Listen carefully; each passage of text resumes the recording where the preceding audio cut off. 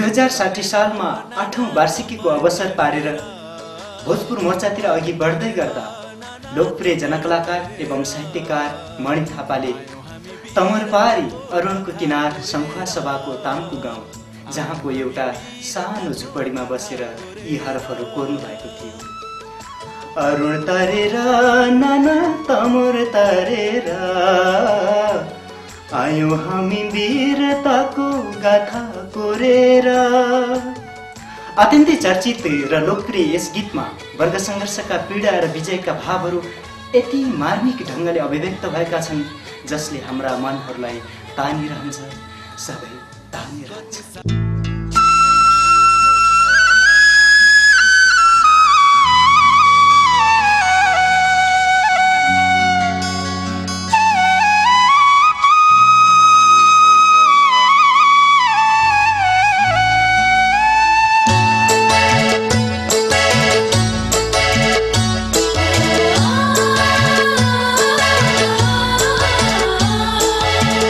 अरुण तरेर नाना तमर तरेर अरुण तरेर नाना तमर तरेर आयौं हामी वीरताको गाथा कोरेर आयौं हामी वीरताको गाथा कोरेर।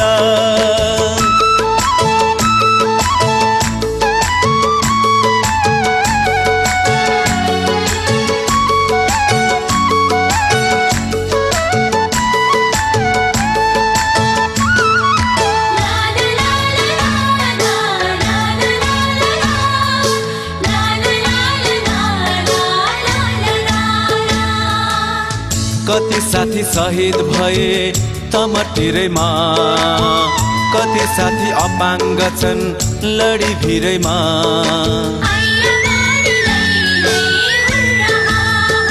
हो कति साथी शहीद भए तमरतिरैमा, कति साथी अपाङ्ग छन् लडी भिरैमा। रगतको छिर्काहरूले बाटो रङ्गेको छ, अलैँचीको पातहरूमा रगत बगेको छ, अलैँचीको पातहरूमा रगत बगेको छ। अरुण तरेर नाना तमर तरेर अरुण तरेर नाना तमर तरेर आयौं हामी वीरताको गाथा कोरेर आयौं हामी वीरताको गाथा कोरेर।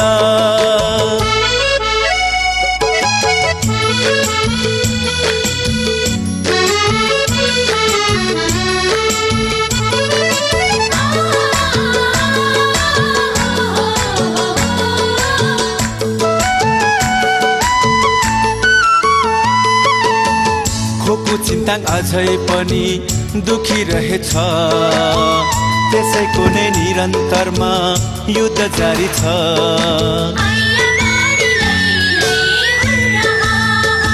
हो खोको चिन्ताङ अझै पनि दुखी रहेछ, त्यसैको नै निरन्तरमा युद्ध जारी छ।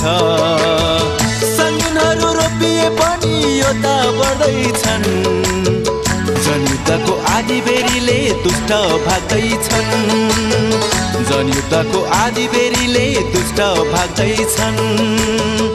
अरुण तरेर नाना तमर तरेर अरुण तरेर नाना तमर तरेर आयौं हामी वीरताको गाथा कोरेर आयौं हामी वीरताको गाथा कोरेर।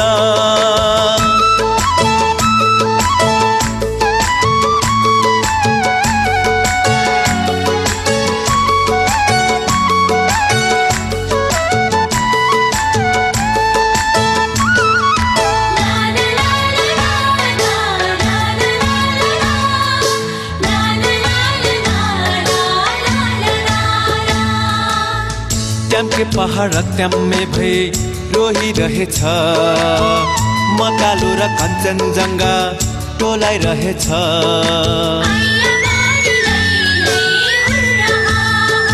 हो ट्याम्के पहाड ट्याम्मे भई रोइरहेछ, मकालो र कञ्चनजङ्घा डोलाइरहेछ। गाउँ गाउँमा लाल सेनाको भर्ती खुलेको छ। लाल किला बनाउँदै अरू नबगेको छ। लाल किला बनाउँदै अरू नबगेको छ। अरुण तरेर नाना तमर तरेर, अरुण तरेर नाना तमर तरेर, आयौं हामी वीरताको गाथा कोरेर। आयौं हामी वीरताको गाथा कोरेर। आयौं हामी वीरताको गाथा कोरेर।